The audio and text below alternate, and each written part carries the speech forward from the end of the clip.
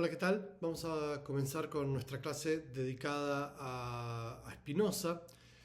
Eh, Como de costumbre vamos a empezar con una breve introducción que nos sitúa en el tiempo y el espacio del autor que vamos a explorar, para de alguna manera ponernos en el mundo en el que habita el autor. Y en el caso de Spinoza, esta descripción va a tener algo de singular porque se trata de un autor que, en cierto modo, pertenece a varios mundos diversos por diferentes motivos. Vive en lo que en aquella época era la República de los Países Bajos, hoy Reino de los Países Bajos, así que eh, ahí tenemos un primer indicio de que al igual que en Inglaterra hubo una república que falló y una restauración monárquica. Spinoza en alguna medida estuvo involucrado en esos sucesos, por eso lo menciono. Esta república fue en el siglo XVII un experimento bastante singular. Políticamente era lo que podríamos llamar una república aristocrática o oligárquica, pero a diferencia de las otras repúblicas de la época, que eran irrelevantes en la escena mundial, como Suiza, o que ya estaban en decadencia, como Venecia, Ámsterdam particularmente era una gran potencia económica y comercial. Además de esto, era para la época un espacio de amplia tolerancia religiosa para los estándares de la época. Y también experimentó algo con cierta similaridad con lo que fue el Renacimiento italiano 2 siglos atrás. Un clima de efervescencia política, bueno, que se dio en llamar el siglo de oro holandés, en el que se produce un florecimiento de la ciencia, de las artes, y en el campo de la filosofía tiene a Spinoza como el nombre más notable. Pero Spinoza no es solo un ciudadano de la República de los Países Bajos, aunque así es como él elige presentarse en el comienzo del Tratado Teológico Político. Es también descendiente de una familia de judíos portugueses, escapados durante las persecuciones de la Inquisición, bastante tiempo antes, y que encontraron, como les decía, un clima de tolerancia mucho mayor al que había en la península ibérica.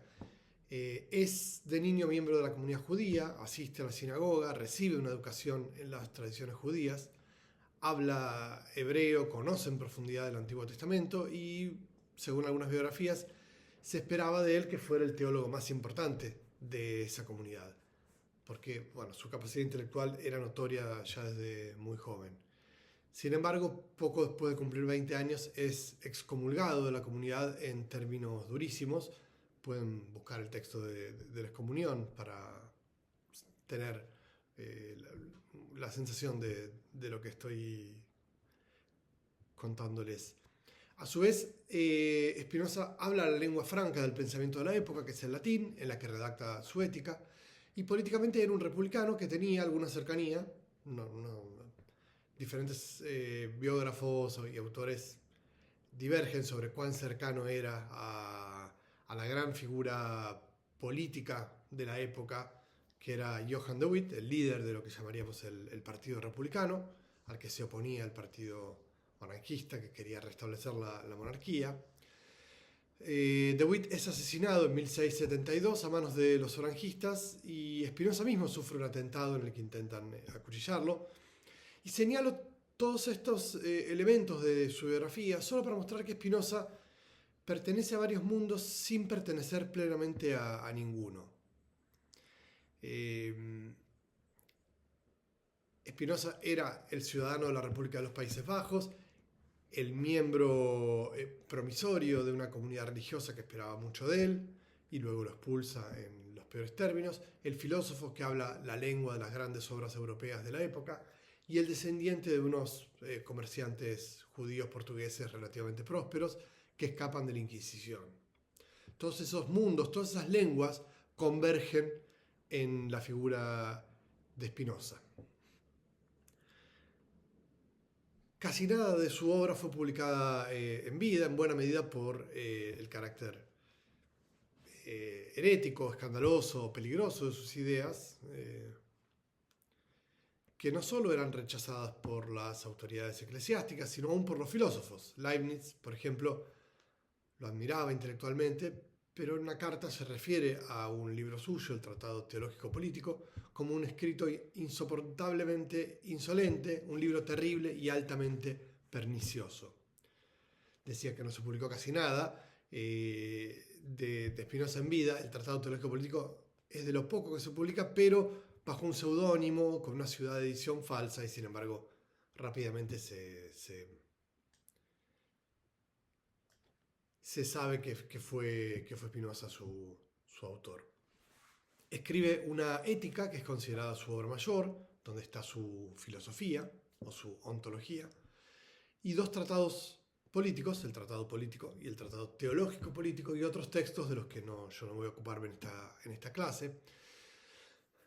Sí voy a decir que durante mucho tiempo se leyó a Spinoza fundamentalmente como un filósofo que era situado en una serie que iba desde Descartes, pasando por Spinoza, a Leibniz, Kant, Hegel, es decir, la historia y el linaje de las grandes filosofías de la modernidad. Y se pensó que sus textos políticos eran textos menores. A partir de los años 60 del siglo XX, se dio una revalorización del Spinoza político de la mano de estudiosos franceses y en menor medida italianos. Y para esta lectura, Spinoza debía ser puesto en una serie más parecida a la de nuestra materia y a la que yo voy a presentar hoy, junto con Maquiavelo, Hobbes, Locke, Rousseau o Marx. Esto supuso también esta distinción, una discusión sobre la relación entre la ética y la política de Spinoza. Yo voy a tratar en esta clase de mostrar una manera posible de conectar esas dos preocupaciones. Empecemos entonces con Spinoza, con un Spinoza en el que, aun cuando leamos la ética, lo vamos a hacer interesados en cuestiones políticas. Spinoza va a ser el primer filósofo político en el que vamos a poder reconocer con claridad tanto la presencia maquiaveliana como la hobbesiana.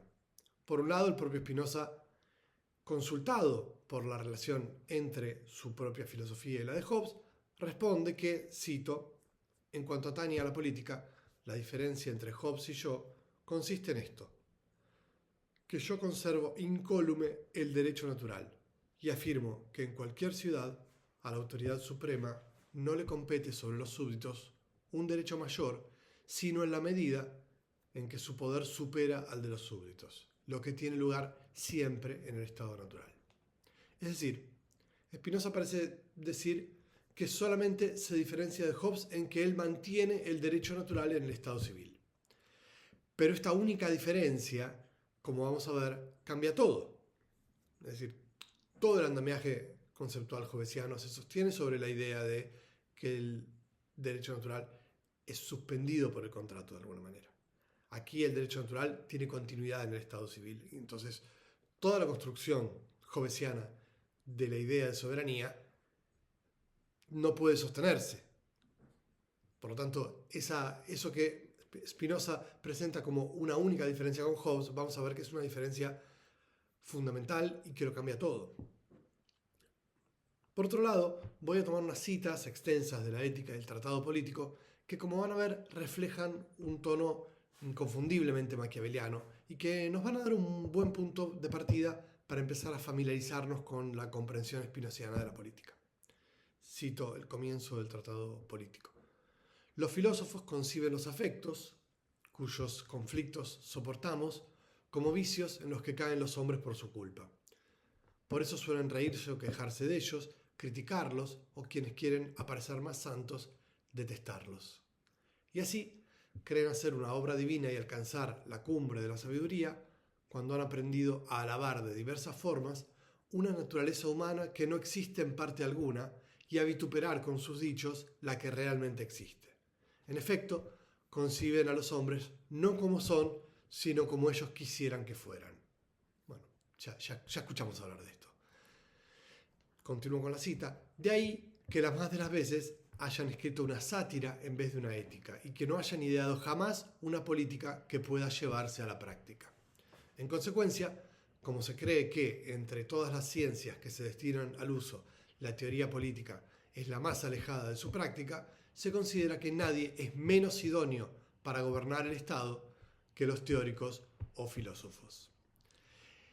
Esta larga cita nos permite identificar varios elementos que son muy maquiavelianos. La crítica a los filósofos que piensan a los hombres como deberían ser y no como son, la centralidad de los afectos para comprender la vida común de los hombres y la inutilidad de los teóricos que hablan de cosas imaginarias. Comentario aparte, el primer párrafo del Tratado Político de Spinoza dice: no hay nadie menos idóneo para gobernar el Estado que los filósofos. Nosotros ya conocemos cuál es la obra a la que está contradiciendo de manera explícita y directa. Es la República de Platón, donde se dice que deben gobernar los filósofos. Spinoza comienza el texto con todos sus cañones apuntados contra esa idea. No hay nadie menos idóneo para gobernar que los filósofos. En la Ética vuelve sobre este tema. Cito Ética 3, prólogo. La mayor parte de los que han escrito acerca de los afectos y la conducta humana parecen tratar no de cosas naturales que siguen las leyes ordinarias de la naturaleza, sino de cosas que están fuera de esta. Más aún, parece que conciben al hombre dentro de la naturaleza como un imperio dentro de otro imperio, pues creen que el hombre perturba, más bien que sigue, el orden de la naturaleza, que tiene una absoluta potencia sobre sus acciones y que solo es determinado por sí mismo. Entonces, tenemos, a partir de estos fragmentos, un punto de partida para comprender la política spinoziana. Para abordar la política siguiendo las indicaciones que nos da el propio Spinoza, para evitar construir una sátira, debemos comprender la naturaleza del hombre tal como es y no como pensamos que debería ser o como quisiéramos que sea. Estamos inconfundiblemente en el universo maquiaveliano. Entonces, en primer lugar, el hombre se nos va a presentar como un individuo que sigue las leyes de la naturaleza. Cito: no puede suceder que el hombre no sea una parte de la naturaleza. El hombre es una parte de la naturaleza, no está separado de ella, no es un imperio dentro de otro imperio. En segundo lugar, este hombre, parte de la naturaleza, debe ser comprendido tal como es, no como quisiéramos que fuera. Es decir, en el contexto de una comprensión de qué cosa es la naturaleza, cuáles son sus leyes, puesto que el hombre, si es una parte de ella, va a seguir sus leyes necesariamente. Entonces, ¿cuáles son las leyes de naturaleza? Bueno, empecemos con algunas definiciones que nos da Spinoza. Toda la naturaleza, dice Spinoza, es un individuo cuyas partes, esto es, todos los cuerpos, varían de infinitos modos sin cambio alguno del individuo total. Y luego va a decir: la potencia universal de toda la naturaleza no es nada más que la potencia de todos los individuos en conjunto. Estos dos fragmentos nos dan un primer acercamiento a lo que podríamos llamar la matriz esencial de la naturaleza tal como la entiende Spinoza. En primer lugar, la naturaleza es un individuo infinito dotado de una potencia infinita. En segundo lugar, este individuo infinito que es la naturaleza, que comprende a todos los cuerpos, es una potencia infinita que se compone de individuos de menor grado. La potencia de la totalidad no es sino la potencia de los individuos de menor grado que lo componen. No es una potencia exterior al mundo, sino efecto y fruto de la composición de las potencias del mundo. Las resonancias de la idea de omnipotencia de Dios en esta idea de una naturaleza como potencia infinita no son casuales. Spinoza mantiene esa fórmula con, de vuelta, igual que con Hobbes, una sola modificación, que es la de considerar que Dios es la naturaleza y que ese Dios, para ser verdaderamente omnipotente, no puede tener nada fuera de sí ni nada que lo limite. Por eso es omnipotente, porque no hay ninguna potencia fuera de él. Es decir, Spinoza usa la idea de omnipotencia para negar la exterioridad de un Dios respecto del mundo o respecto a la naturaleza. Dios es la naturaleza. Solo por eso puede ser una totalidad omnipotente. Por esto, la naturaleza, en tanto que individuo infinito y potencia infinita, no tiene ninguna fuera. No hay ninguna dimensión trascendente que la ordene en ningún sentido. No hay nada que dicte los fines a la naturaleza. Y esto va a tener, evidentemente, consecuencias a la hora de pensar la política y la legitimidad de la política, que, como vimos y vamos a ver en la materia, se caracteriza en la modernidad por esta ausencia de fundamento trascendente. Spinoza, entonces, opera una transformación profunda en las nociones de naturaleza, de divinidad, de la esencia de lo humano y de la naturaleza de la política, que tiene por fundamento a la noción de inmanencia. El sentido y significado de estas tres transformaciones van a atravesar toda la exposición que yo voy a hacer. Y diría, podemos distinguir ya tres niveles del argumento para tenerlos presentes a lo largo de mi exposición. Spinoza busca comprender, en primer lugar, qué es el individuo, cuál es su esencia, qué es la política, o más bien cómo podemos comprender la política, la vida política de los individuos, y en tercer lugar, qué es la naturaleza, ese ser compuesto de todos los individuos existentes.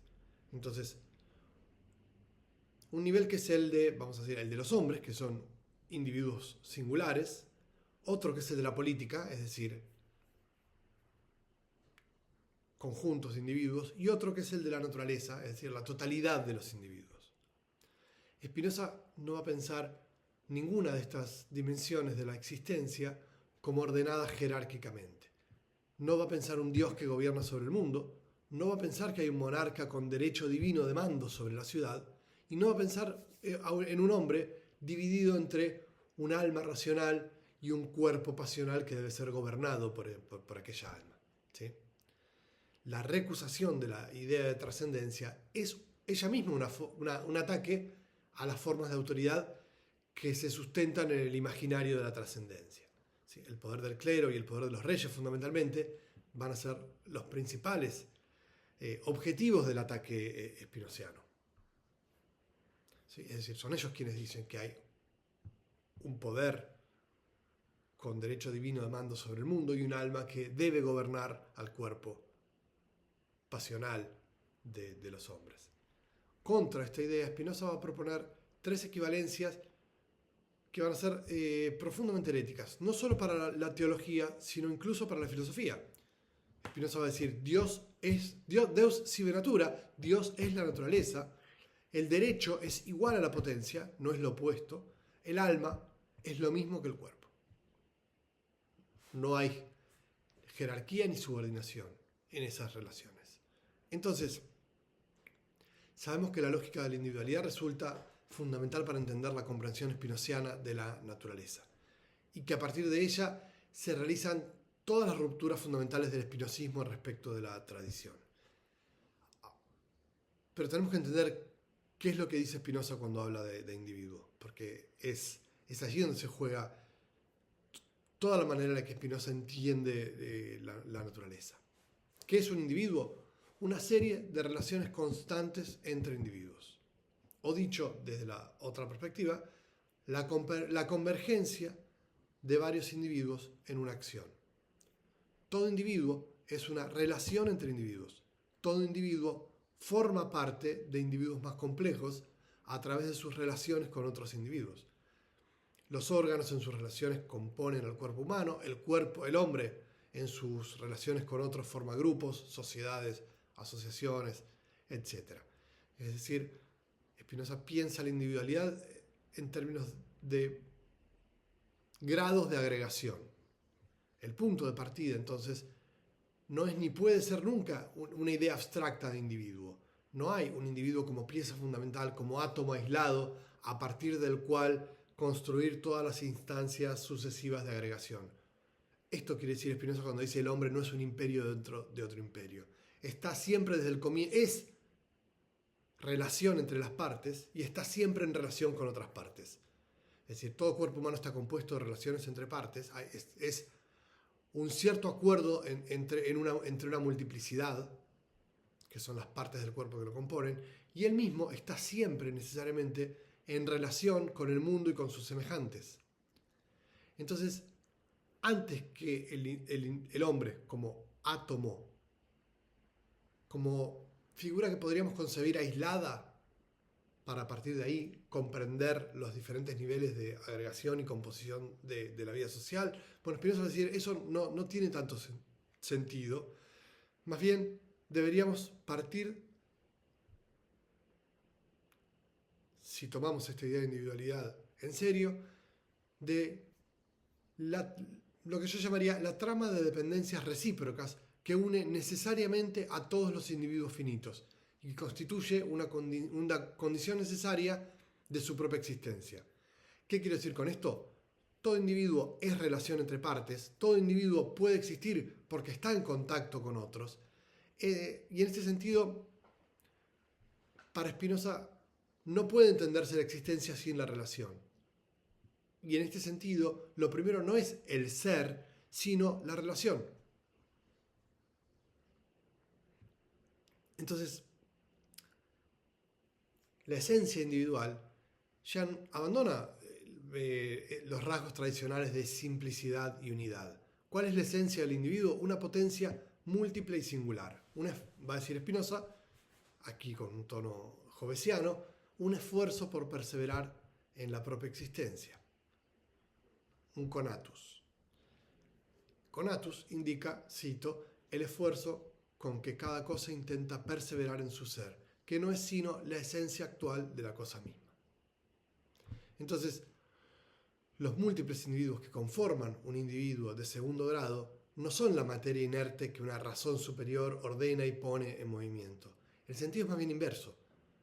Son los individuos los que en su esfuerzo de autopreservación establecen relaciones y forman individuos de mayor grado. Y acá ya podemos ver cómo va a concebir a la sociedad, ¿no? Es decir, ¿y dónde va a considerar Spinoza que reside la potencia y el poder de una comunidad? En la composición de las potencias de los individuos, que están necesariamente en relación entre sí, es decir, que forman una trama, una potencia común. Me adelanto un poco.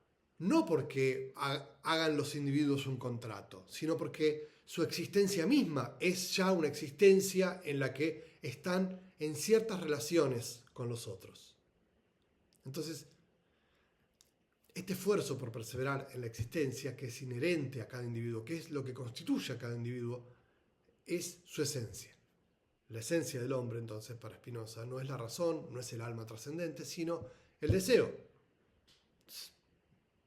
Esto ya vemos que es una constante en los autores modernos. El deseo es esfuerzo por perseverar en la existencia. Y es precisamente este esfuerzo simultáneo de una infinidad de potencias que van a afectarse unas a otras, que van a impactar unas a otras, que se van a determinar recíprocamente, el que constituye la trama de dependencias recíprocas que da forma a la naturaleza. Es decir, la naturaleza no es más que la composición de todas las potencias de todos los seres, todos los existentes singulares, de todo lo que existe. ¿Cómo sucede eso? Cada existencia singular, cada individuo se esfuerza por perseverar en su ser, por continuar existiendo. Al hacerlo, necesita de otros y afecta a otros, y a la vez es afectado por otros. Es decir, la afirmación vital de cualquier individuo impacta en otros, y la de los otros en mí. Por eso, para Spinoza, el hombre está atravesado por una tensión entre una determinación intrínseca a la existencia, es decir, una determinación que proviene de su propia potencia, y una determinación por las potencias exteriores. Toda existencia individual está de alguna manera sujeta a esta tensión, porque no puede existir si no tiene alguna capacidad de afirmarse en la existencia, de perseverar en su ser, y sin embargo, todos los seres finitos tienen una capacidad limitada de perseverar en su ser y necesitan necesariamente de otros. ¿Sí? No solo de otros individuos, sino también de interactuar con el orden natural. Es decir, sin alimentarse, sin respirar, los individuos no podrían existir. Para entender al individuo como es, tenemos que entenderlo en una relación constante y sistemática con su contexto. La idea de que podamos abstraernos de las relaciones para entenderlo tal como es un error filosófico. No tenemos que partir del individuo abstracto para entender después cómo se relaciona. Si queremos entender cómo es fundamentalmente un sistema de relaciones entre partes.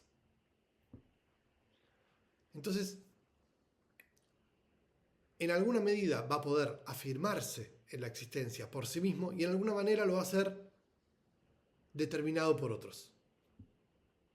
En alguna medida va a poder ponerse a sí mismo en la existencia y en alguna medida su propia existencia va a ser consecuencia y fruto y efecto de las potencias que lo rodean. Cuando actúa determinado por sí mismo, por su propia potencia, decimos que actúa, que es activo. Cuando actúa determinado por otros, cuando son las potencias exteriores las que determinan a alguien a actuar, decimos que es pasivo. Acción es actuar determinado por el propio deseo, pasión es actuar determinado por el deseo de otro. Esta es la gramática esencial de la vida afectiva, que es lo esencial de la vida humana. Un deseo que puja por afirmarse, pero que nunca lo puede hacer completamente. Es decir, siempre todas las personas están atravesadas por esta tensión entre actuar determinadas por su propio deseo o el deseo de otros. Por eso el individuo está siempre atravesado por otros. Su existencia no es nunca autosuficiente. Depende, para existir, de la concurrencia de una infinidad de causas exteriores. Y a su vez, él mismo es causa parcial de la existencia de infinidad de otros individuos. Ningún existente singular finito se pone a sí mismo en la existencia plenamente por su propia potencia. Todos los seres finitos en alguna medida lo hacen porque concurren con su propia potencia las potencias de otros. Esto es lo mismo que decir que el hombre es una potencia finita. Y en tanto que finita, se encuentra expuesta a ser afectada por otros, es decir, que el esfuerzo de afirmación de la potencia de los otros los afecte, y también a afectar a otros con quienes entra en contacto. Cuando decimos afectar, estamos diciendo simplemente que ese esfuerzo por afirmar la propia vida de cada individuo impacta a los demás y es impactado por el de otros. Para que eso suceda, tiene que haber un límite, por borroso que sea, un límite entre una adentro y una afuera. Y es ese límite, la superficie de las afecciones, el lugar en el que se produce la afección. ¿Sí? Es afectado por otros, afecta a otros. Por eso los otros, insisto con esto, son un límite a la propia existencia.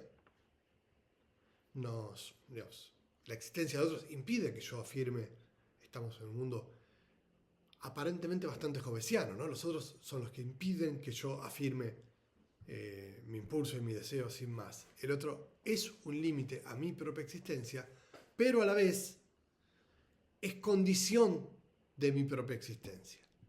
¿Sí? La estructura de la individualidad está estructuralmente abierta al otro, ¿sí? A afectar y ser afectado.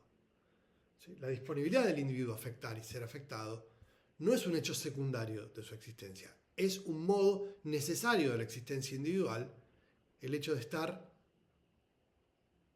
conectado con otros, es decir, estar inserto en una trama de dependencias recíprocas y por lo tanto afectar y ser afectado. El nombre específico de esta potencia, este esfuerzo de afirmación de sí, cuando se trata de los hombres, es deseo. Cito Spinoza, el deseo, cupiditas, es la misma esencia del hombre en cuanto a que se concibe determinada por cualquier afección suya a hacer algo. ¿Sí? Entonces, la trama natural de la vida humana se compone entonces de estos elementos. Un deseo, entendido como naturaleza esencial del hombre, que se encuentra con los deseos de otros, que también quieren afirmar su propia existencia. Así, los hombres se afectan unos a otros y en estas afecciones pueden favorecer o perturbar la potencia de obrar y pensar. ¿Sí? La potencia no es simplemente afirmación física corporal de la vida, es potencia de obrar y de pensar, de actuar en el mundo y de estar activo en el plano bajo el atributo del pensamiento. Ahora, ¿cómo me afectan los otros? Fundamentalmente hay dos posibilidades. Pueden aumentar mi potencia o disminuirla. El aumento, Spinoza lo llama alegría, y la disminución, tristeza. A esta distinción entre lo que favorece o disminuye mi potencia de obrar hay que agregar otra que no coincide exactamente con esta, que es la distinción entre acción y pasión. Acción supone la capacidad de actuar determinado por la propia potencia.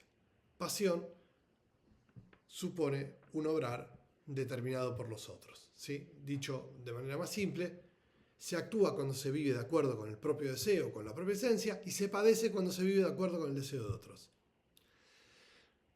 Pero acción y pasión no son exactamente lo mismo que alegría y tristeza. Y ahora vamos a ver por qué. La acción, si yo actúo, todo individuo que actúa de acuerdo con su propia esencia, va a expandir su potencia, se va a alegrar. ¿Sí? Pero la pasión, es decir, ser afectado por otros, padecer, recibir una afección de otros, me puede impactar de diferentes maneras. Puede favorecer mi potencia de obrar, para dar el ejemplo más banal, un alimento que está en buen estado, digamos, o puede perjudicarla, un alimento en mal estado, un veneno. Entonces, la acción determinada por la propia potencia conduce siempre a una alegría, a una expansión de la propia potencia. Mientras que la pasión puede favorecer o perjudicar mi potencia de obrar, puede ser una pasión triste o una pasión alegre. Hay pasiones alegres.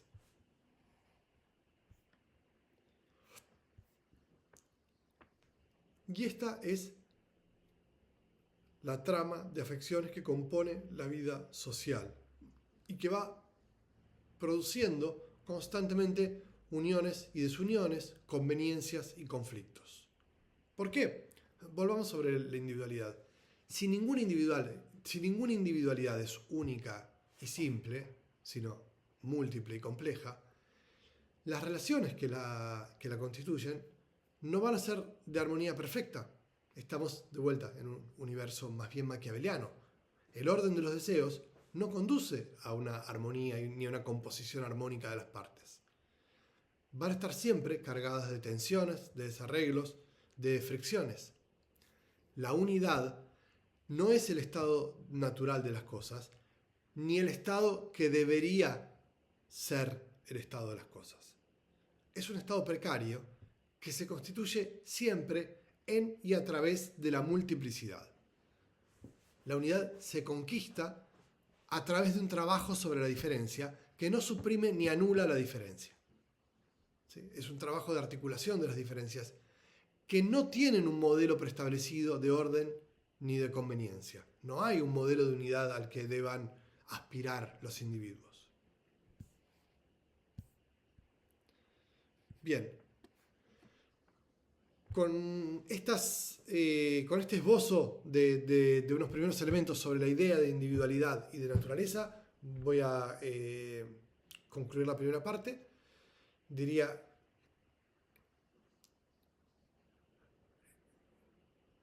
los elementos más relevantes para retener esta primera parte son la idea de naturaleza, la idea de individuo, la idea de potencia o deseo, y el modo en el que articulan lo que yo llamé una trama de dependencias recíprocas que va a darnos la forma de la interacción social. Es decir, nos va a dar los modos para entender cómo se constituye la vida en común. Con estos elementos en mente, vamos a avanzar ahora sobre la política y vamos a ver que aunque no hablamos de política, nos va a resultar muy simple sobre estas nociones que ya adquirimos, comprender cómo piensa Spinoza la vida política a partir de los afectos.